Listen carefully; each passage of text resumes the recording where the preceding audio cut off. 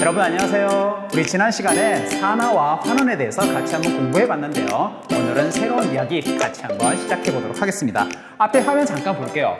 딱 보시면 뭐하고 비슷하죠?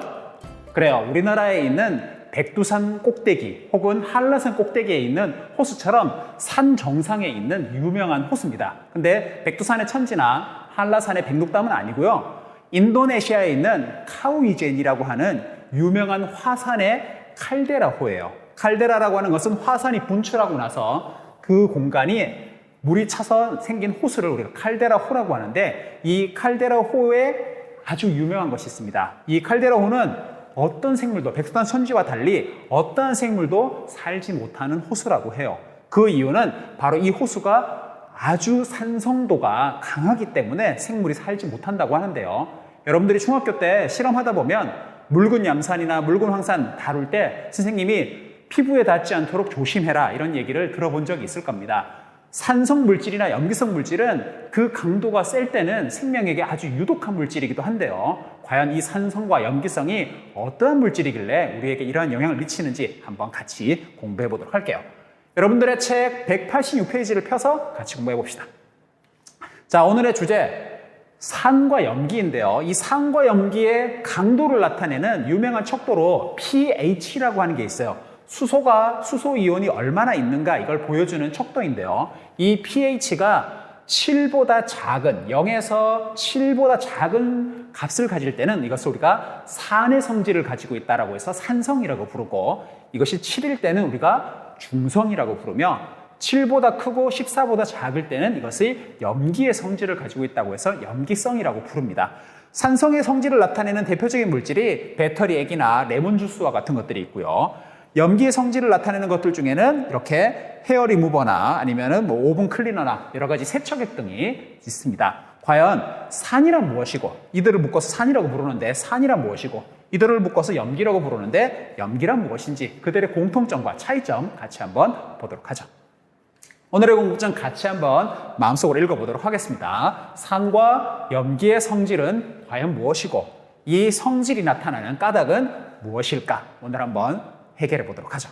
여러분들 세수하고 머리 감고 막 씻고 하는 이 세면대에 가끔씩 물을 다 사용한 이후에 내보내려고 할 때 물이 잘 내려가지 않는 경험을 해본 적이 있을 것 같아요. 여러분들 머리카락이나 기타 여러 가지 것이 배수구에 막히게 되면 당연히 물이 잘 빠지기 어렵겠죠.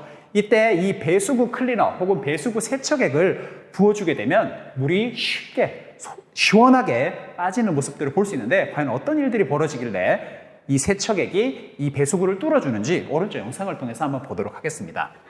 자, 오른쪽 영상을 보면 머리카락, 답답하게 뭉친 머리카락이 있는데요. 거기에 클리너를 부어줬어요.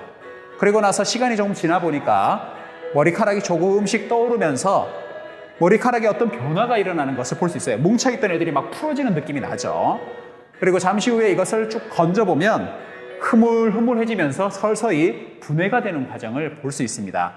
이 클리너에는 아주 강력한 염기성 용액이 담겨져 있는데요. 이걸 통해서 우리가 단백질로 이루어진 머리카락은 클리너에 들어있는 염기에 의해서 분해되고 녹아내리는구나, 이런 걸 볼 수 있죠. 이처럼 염기는 단백질을 녹이는 성질이 있어요.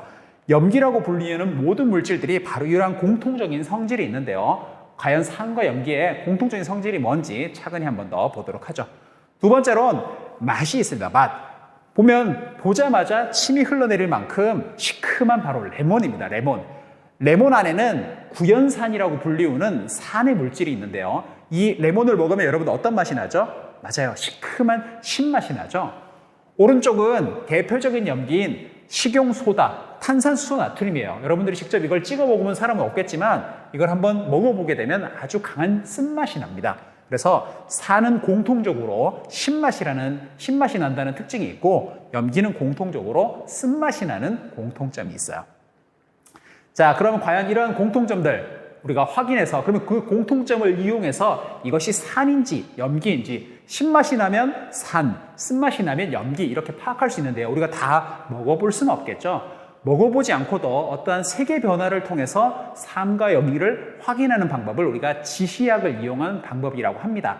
어떤 지시약을 이용하면 어떠한 색이 되는지를 가지고 이것이 산인지 염기인지를 알아볼 수 있는데, 여러분과 같이 실험했으면 참 좋았을 테지만 하기 어려워서 실험의 화면을 보면서 같이 한번 보도록 할게요. 첫 번째로 대표적인 산인 묽은 염산과 아세트산을 준비하고요. 두 번째로 대표적인 염기인 수산화나트륨 수용액과 암모니아 수를 준비합니다. 세 번째로 대표적인 중성용액인 증류수를 준비한 다음에 실험을 할 건데요.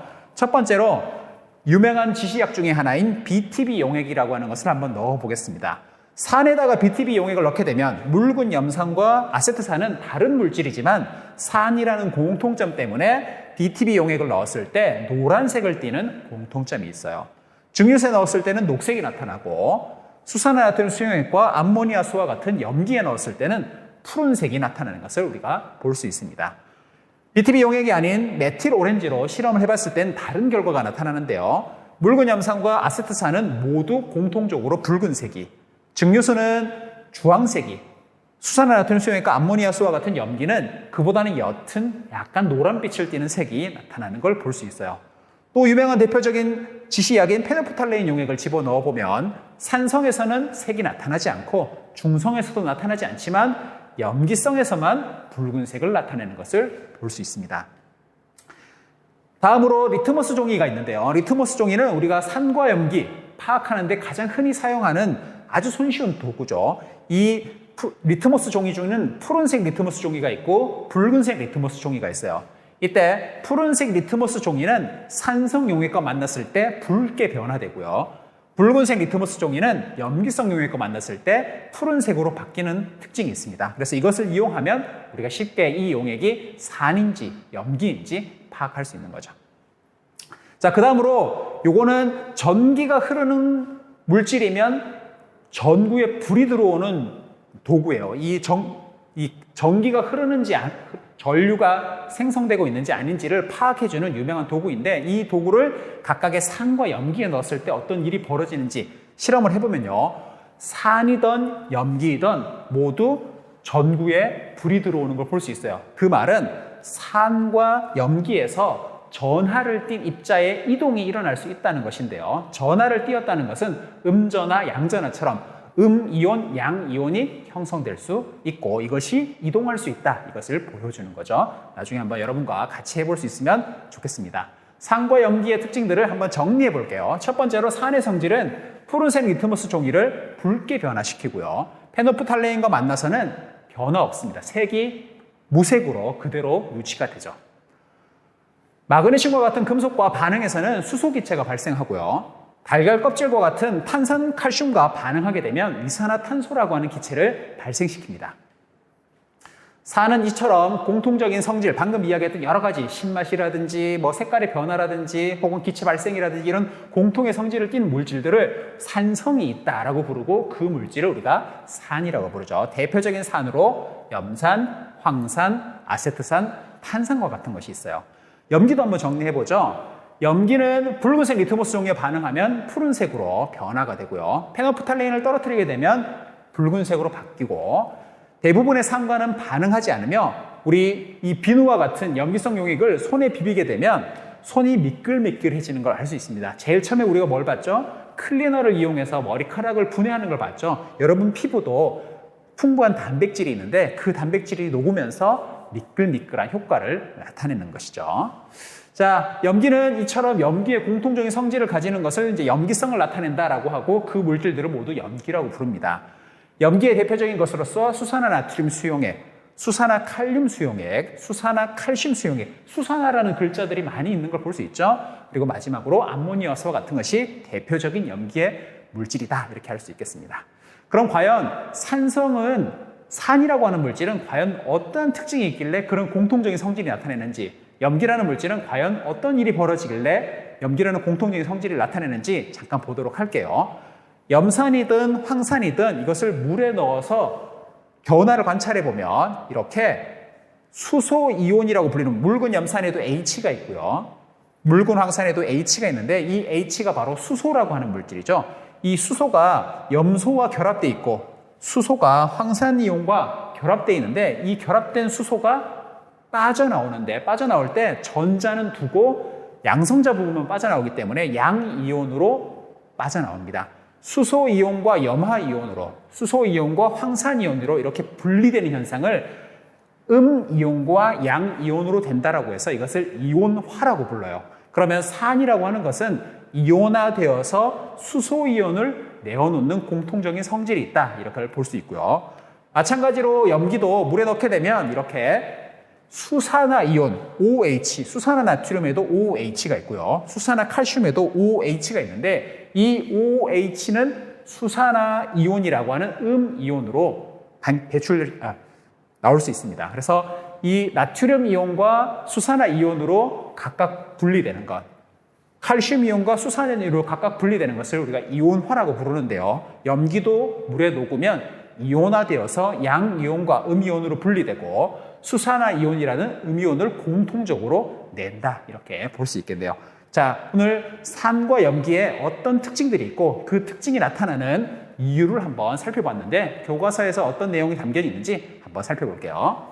자, 여러분들 187페이지에 이런 말이 있어요. 식초와 레몬즙은 서로 다른 물질인 것 같지만 푸른색 리트머스 종이를 붉게 변화시킨다든지 금속 마그네슘이나 달걀 껍데기가 반응했을 때 기체가 발생된다든지 공통적인 성질이 있습니다. 이와 같은 성질을 우리가 산성이라고 부르고요. 대표적인 물질은 이와 같은 물질들이 있어요.